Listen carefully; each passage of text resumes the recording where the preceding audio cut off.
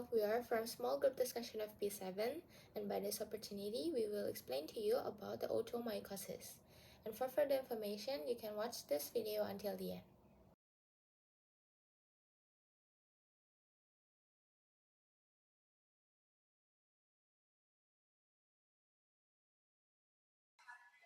Hello everyone, my name is Gabriella Ferenina with class 3 of my student number 081. I'm going to talk about the background. Otomycosis is a fungal infection that affects the external auditory canal with prevalence ranging from 9% to 50% and more prevalent in tropical and subtropical countries. Common act as main pathogen and main image as secondary infection.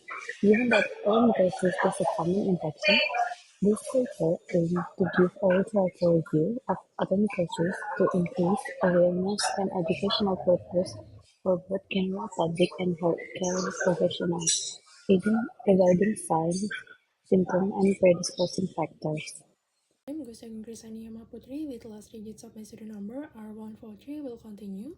So the paper formulation for this student project are: what is the definition of otomycosis, how is the epidemiology of otomycosis, how is the pathogenesis of otomycosis, what are the risk factors of otomycosis, what are the signs and symptoms of otomycosis, how to diagnose otomycosis in patients, what are the common differential diagnoses for otomycosis, how is the management of otomycosis, and how is the prognosis of otomycosis.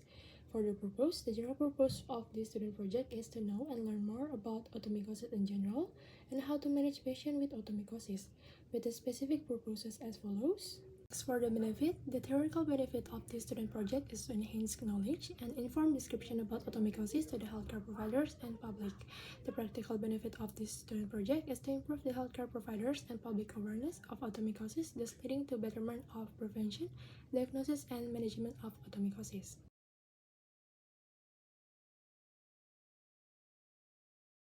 Greetings doctors, my name is Janice Geraldine with last digit number 119, and today I'm going to explain about the definition of otomycosis. Otomycosis is a fungal infection of outer ear, specifically affecting the external auditory canal. It is primarily caused by fungi from the genera Aspergillus and Candida, which thrive in warm, humid environments. This condition manifests with symptoms such as itching, inflammation, and malodorous discharge from the ear, and the prevalence of otomycosis is notably higher in tropical and subtropical regions. The infection can be classified as acute, subacute, or chronic, and is often unilateral, and the diagnosis typically involves clinical examination and laboratory tests to identify the specific fungal species involved. Treatment generally includes cleaning of the ear canal and the application of antifungal medications, and neglecting treatment can lead to complications such as perforation of the tympanic membrane or chronic infections requiring more intensive treatment. My name is Benikinan Kalisal with last 3 digits of my student ID number R152. I will continue the explanation about the epidemiology of otomycosis. So, otomycosis is most common in tropical and subtropical regions as fungi flourish in warm and humid environments.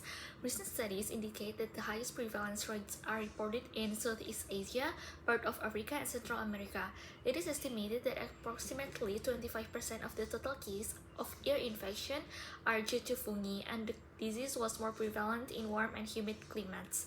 The incidence of otomycosis tends to peak during the rainy season in tropical areas as moisture facilitates fungal proliferation.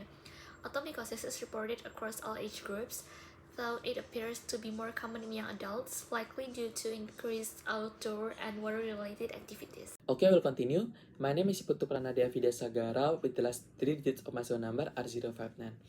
And now I will explain about the pathogenesis of otomycosis. So the inner surface of the external auditory canal is coated with skin, which in its intact state is able to play a role in preventing the penetration of microorganisms from the environment and becoming a mechanical barrier. The skin is also composed of modified apocrine sweat glands that are able to produce cerumen. With its low pH, cerumen becomes antimicrobial and able to form a protective layer so that pathogens cannot develop properly. ESC skin generally contains various microbial species that can be found on its surface, including some species of bacteria, also fungi, especially Candida and Aspergillus species, such as Aspergillus niger, Aspergillus fumigatus, and Candida albicans, which are the main causes of otomycosis. This fungus, with its saprophytic properties, will become pathogenic when the growth between bacteria and fungi is imbalanced due to disruption of the host's defense mechanisms. In addition, these two types of fungi are also known to produce proteolytic enzymes that will help the fungus penetrate the ear tissue and trigger an inflammatory response. Next, the development of otomycosis is further influenced by several factors that come from the external or from the host itself. Hello, doctor. Let me introduce myself. My name is Michael Jonathan Raya with Relas student ID number 182. I'm going to talk about the risk factors of otomycosis. So, otomycosis is a fungal ear infection caused by fungi like Aspergillus and Candida, and it's especially common in warm, damp climates where these fungi thrive. People living in tropical or humid regions are more vulnerable, as are individuals with weaker immune systems, who can be affected even by minor exposure. Certain daily habits can increase the risk as well. Using cotton swabs, wearing hearing aids, or putting earbuds, drops, or oils in the ear can disrupt the ear's natural defenses, allowing fungi to grow. Health conditions like eczema and diabetes add to the risk, as do activities like swimming, surfing, or scuba diving, especially in less than clean water, which keeps the ear moist, creating an ideal setting for fungi. Additionally, a lack of earwax, which is often overlooked, removes of a protective barrier, making it easier for fungi to take hold. Using eardrops containing antibiotics or steroids, although sometimes necessary, can also weaken the ear's natural defenses. People who have had ENT surgeries or use snug-fitting hearing aids are more susceptible as well. Together, these factors make the ear more vulnerable, creating an environment where otomycosis can easily develop, especially in individuals already at risk. And that's all from me. Thank you. My name is Asweni Pururaswini Astawa, and my last three-digit number is 161. Otomycosis primarily presents with itching, followed by a feeling of numbness or blockage and ear discharge. Pain can vary from mild to severe, and temporary hearing loss often occurs but typically resolves with treatment. Some patients also report tinnitus. The infected ear canal usually appears swollen and red, and the condition predominantly affects one ear, with about 75% of cases occurring in the right ear. Thank you. Otomycosis is mainly diagnosed through anamnesis and also physical examination, which includes the patient's history, also the clinical manifestations, which can be presented and known through the otoscopic examination of the ear canal and eardrum. Additional testing, such as microbiological analysis or histological exams, can be used in severe or chronic cases to confirm the diagnosis. Potassium hydroxide 10% solution became the most common method to be used. However, this has a low specificity and sensitivity, which in this case would be difficult to differentiate it with other causative agents, for instance bacterias.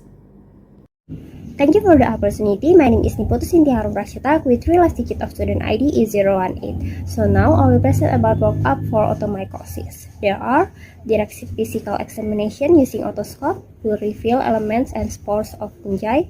Then microbial analysis like potassium chloride drop that can show HIPAA or yeast. Then isolation on several dextrose agar media. And then histopathology examination that can show inflammatory response with HIPAA in epithelium and exudate. It's all for me. It will continue by my friend. Thank you.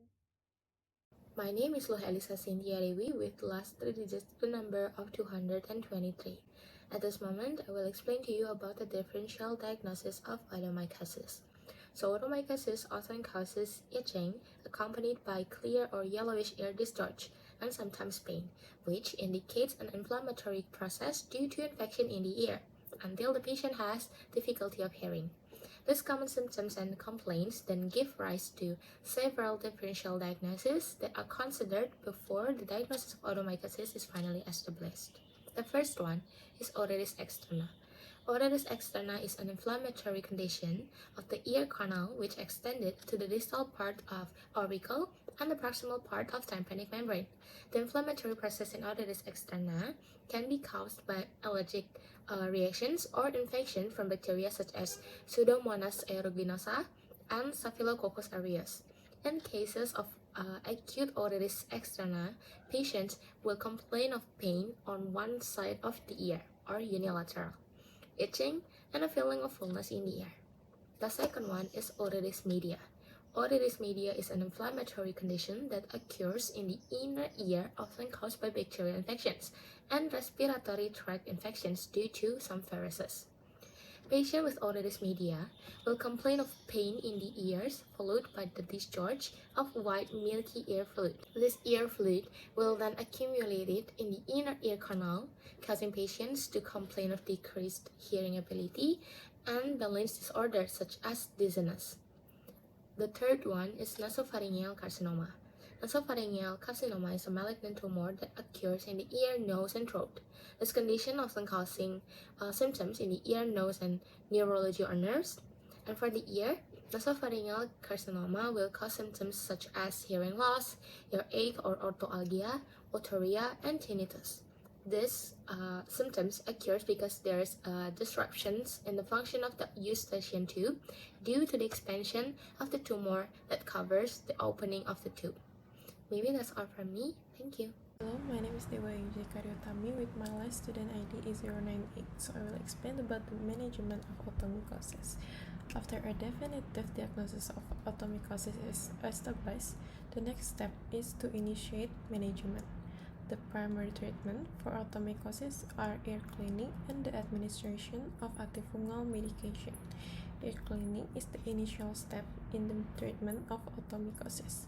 The ear canal must be thoroughly cleaned to remove all debris and fungus.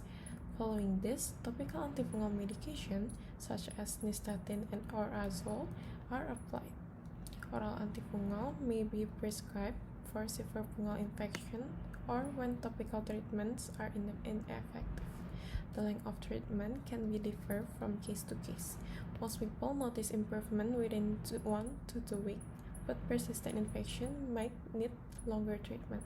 Consistent monitoring is crucial to avoid recurrence, especially for those with conditions like diabetes or weakened immune system. That's all from me. Thank you.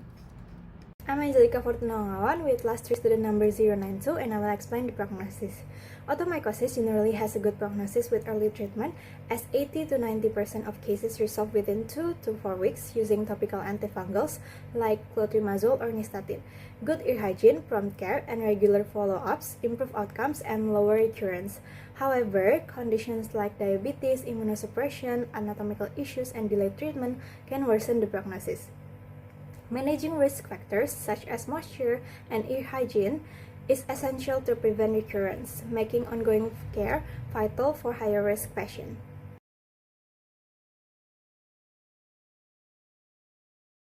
Agung Krisania Mahaputri with last digit summary student number R143 will continue with the conclusion of this student project. Otomycosis is a fungal infection of the external ear canal, primarily caused by Aspergillus and Candida species. Symptoms include unilateral itching, pain, swelling, ear discharge, hearing loss, and tinnitus are commonly experienced by the patient. Otomycosis is most common in tropical and subtropical regions, especially during the rainy season. Young adults involved in outdoor or water activities have higher prevalence than other populations. Risk factors of this disease include warm, humid climates, EAC abnormalities, ear trauma, excess airwax, use of hearing aids, and compromised immune system. Diagnosis may just involve clinical manifestation, otoscopic examination, and KOH solution test. Meanwhile, otitis externa, otitis media, and nasopharyngeal carcinoma are considered in differential diagnosis. Treatment includes ear cleaning and antifungal medication with a good prognosis if identified and treated early. That's all from me. Thank you.